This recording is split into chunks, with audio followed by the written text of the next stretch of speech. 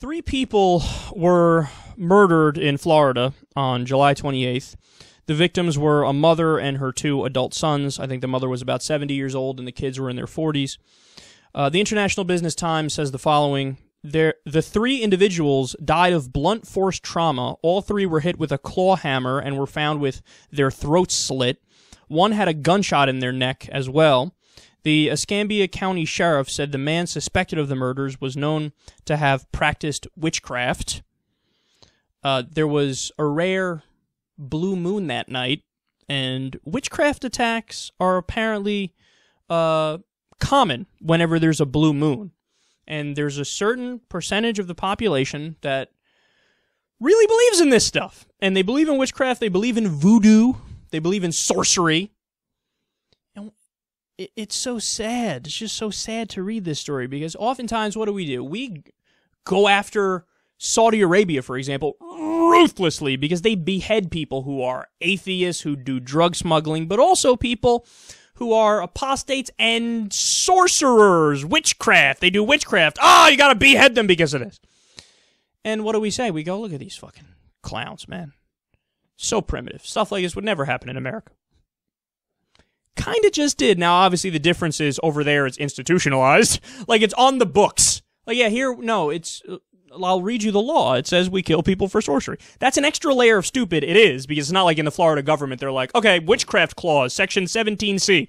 No, it's just a bunch of idiots who have no power, but who really believe it, and then they do the horrible acts.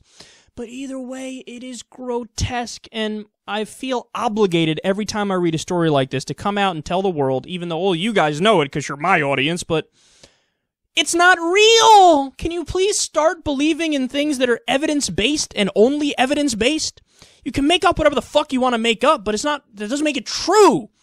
And this goes for everything. See, the sad thing is, beliefs like this are just the cousin of religious ideologies. Specifically, religious fundamentalist ideologies. You know, if you really believe some of the most backwards parts of the Bible, you would believe the earth is flat, you would believe seven-headed dragons exist, and you believe you should kill people when they're gay, and you should kill people when they get divorced, or something like that. All these different things, there's amazingly immoral beliefs that are in a book that claim to be holy that you can't argue against. When it comes to the Quran, how many passages are there about killing the infidel? I mean, there are some people who are going to read it and only read the bad parts and go, oh, I'm going to act on this today. So, whether it's witchcraft or those religious fundamentalist ideologies, look at all the fucking damage it does in the world because people want to believe their superstitions wholeheartedly. No, be skeptical, question everything, because if you don't have a healthy dose of skepticism and you're not using your brain on a regular basis, you can end up in a situation like this. And usually it's a cocktail of reasons as to what ultimately leads to an act like this. It's probably...